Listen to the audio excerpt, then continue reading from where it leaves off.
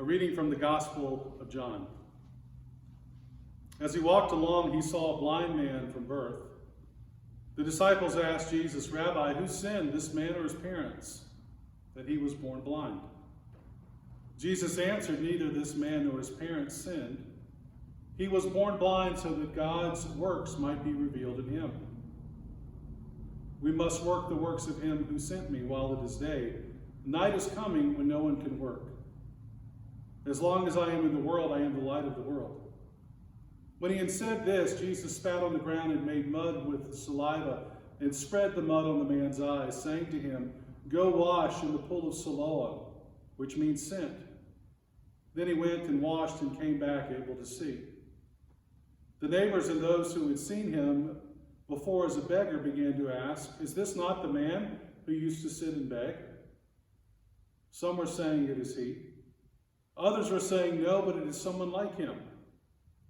He kept saying, "I am the man." But they kept asking him, "Then how were your eyes open?" He answered, "The man called Jesus made mud, spread it on my eyes, and said to me, 'Go to Siloam and wash.' Then I went and washed and received my sight." They said to him, "Where is he?" He said, "I do not know." They brought to the Pharisees the man who had formerly been blind. Now it was the Sabbath day when Jesus made the mud and opened his eyes. Then the Pharisees also began to ask him how he had received his sight. He said to them, "Jesus put mud on my eyes. Then I washed, and now I see."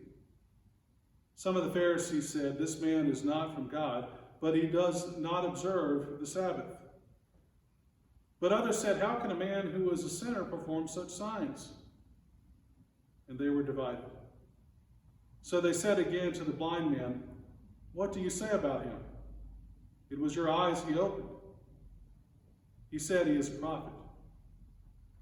The Jews did not believe that he had been blind and had received his sight until they called the parents of the man who had received his sight and asked them, "Is this your son, who you say was born blind? How then does he now see?" His parents answered, "We know that this is our son and that he was born blind, but we do not know how it is that now he sees, nor do we know who opened his eyes. Ask him, he is of age, he will speak for himself." His parents said this because they were afraid of the Jews, for the Jews had already agreed that anyone who confessed Jesus to be the Messiah would be put out of the synagogue. Therefore his parents answered, "He is of age, ask him." For the second time they called the man who had been blind, and they said to him, "Give glory to God. We know that this man is a sinner." He answered, "I do not know whether he is a sinner. One thing I do know, that though I was blind, now I see."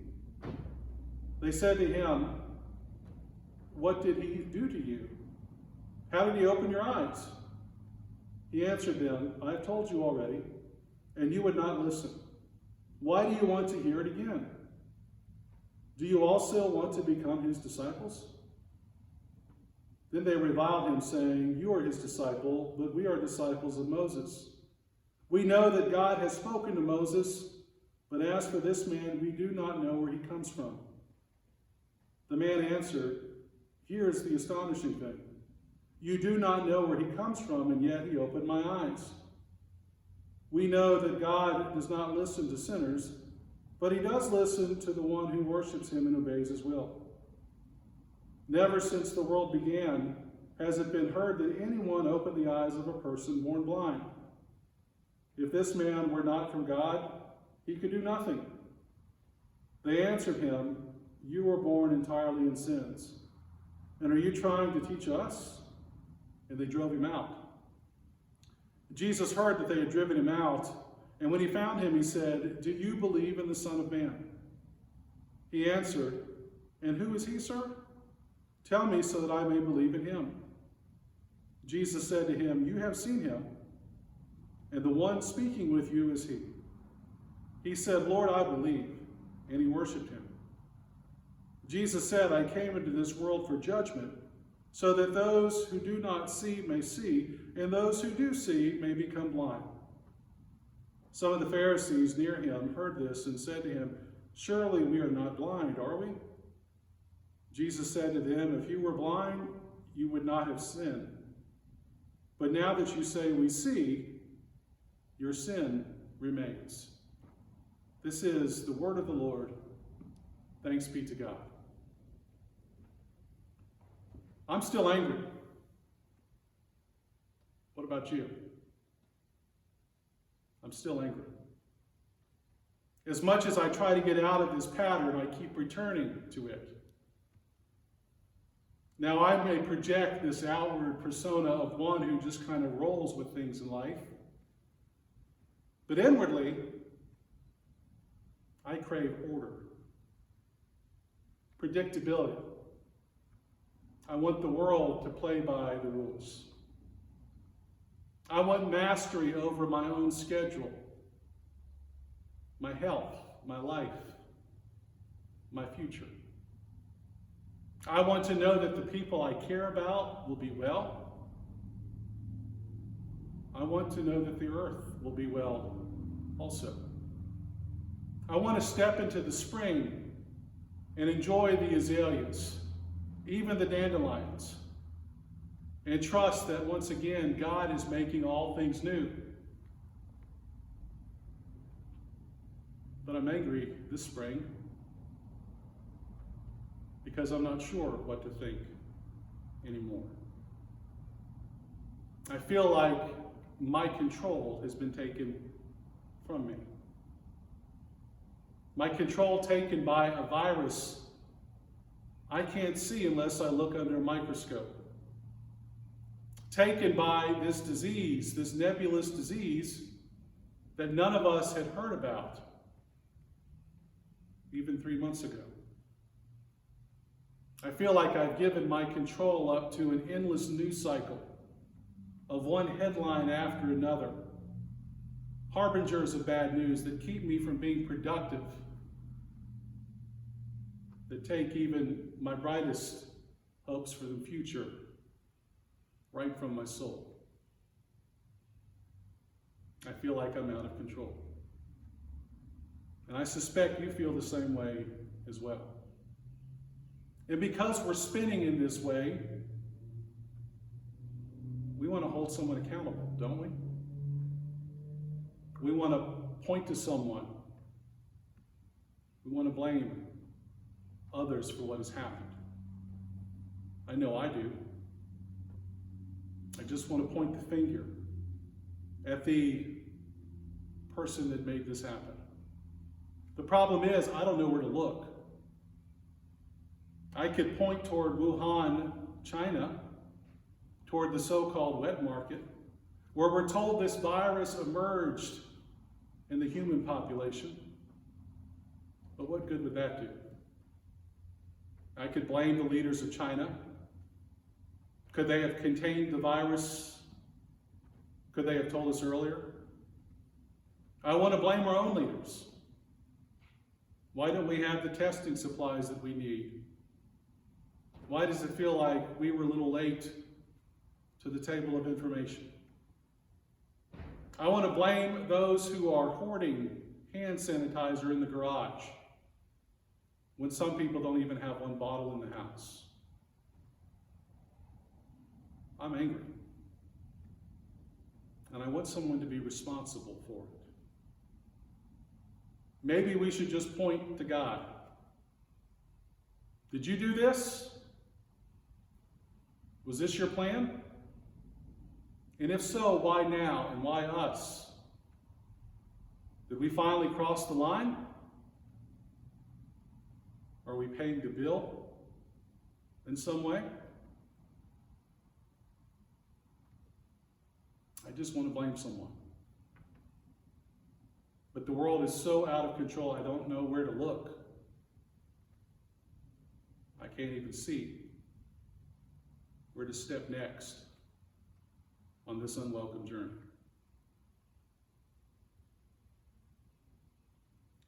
We know that blindness was not uncommon in Jesus' era. Usually blindness would begin as an infection in a toddler, maybe an infant. After a few weeks, it would clear up. But too often, the damage was already done. Within weeks, maybe months, the vision of the child would fade slowly to black. And because there was no understanding of infection and no understanding of how to treat it, people assumed this child's family has done wrong, and now they're paying for it. The child is paying for it. John tells us that a blind man is walking through the community. We can assume that everyone knows his story. He's been blind from birth. And like others who have been given this sort of label, he would be deemed unclean, forced to live on the margins. He couldn't have a job. He couldn't have a full synagogue life, like so many others. He was called simply a beggar. And he became symbolic of sin. Everyone asking, what did he do to end up with this blindness? Or what did his parents do? And that's the sort of thing the disciples want to know from Jesus. Rabbi, why has he been blind from birth? Mom? Dad? Did he cause it? Now, this is an appropriate question for a student of this era to ask their rabbi, because it's simple math. You sin, you may not pay for it, you may get away with it, but eventually your child or grandchild, your spouse, will pay the bill on your behalf. That's what the people of God believed. And so the disciples just want a name. Jesus, who caused this? Who made this man blind? They're expecting Jesus to point to someone. Jesus, give us a name. We can go on with our lives after that.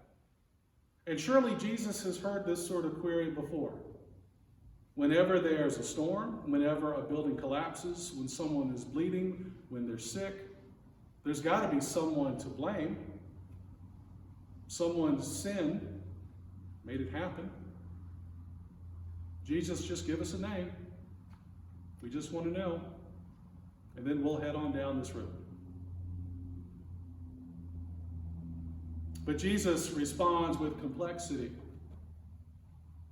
instead of clarity. This man's sin didn't cause the blindness. His parents' sin didn't cause the blindness. He was born this way so that God's power might be revealed through him. As Jesus begins to heal this man who has been blind from birth, the disciples have to contend with the reality that God is not a God of tit for tat. God is not a God who piles on when there's already trouble. Instead, the God they worship is a God who is always on the side of the blind, the brokenhearted, the troubled, or those that are dealing with a disease they cannot see. In this age of COVID-19, we're angry. It seems like the world is wobbling. We're in some surreal spin cycle. And if you're like me and you're angry, you want someone to hold accountable. But the reality is, this situation is too complex for a name, for a person, or place. It can't be boiled down to a simple statement of judgment. The reality is, we hurt. We're confused. We're shocked. We're disoriented. And we want a little bit of good news. Well, here's what I know for sure. God is not testing us. God is not piling on. God is not making us pay the bill for something we have done or our ancestors have done in the past. Instead, the grace of God is drawing us together. Jesus told the blind man, "Go down to the pool of Siloam and wash your face." His sight was restored. Friends, I invite you to open your eyes. Open your eyes to the people in your circle who may feel even angrier than you are, who are afraid. Go to them and show them the presence of Christ, that you are present, and that you will care as you are able to care. Open your eyes to those who are caring for the sickest among us in the hospitals and clinics, to those who are stocking the shelves, putting their lives on the line so that we can eat, to those who are sitting in front of the laptops to stay connected with their students and continue to teach. And open your eyes to the azaleas that are in bloom, the dandelions as well. Open your eyes to the birds who are making the spring nest. And know that as this world wobbles, as we feel we've lost control, grace will continue to hold us together. Amen.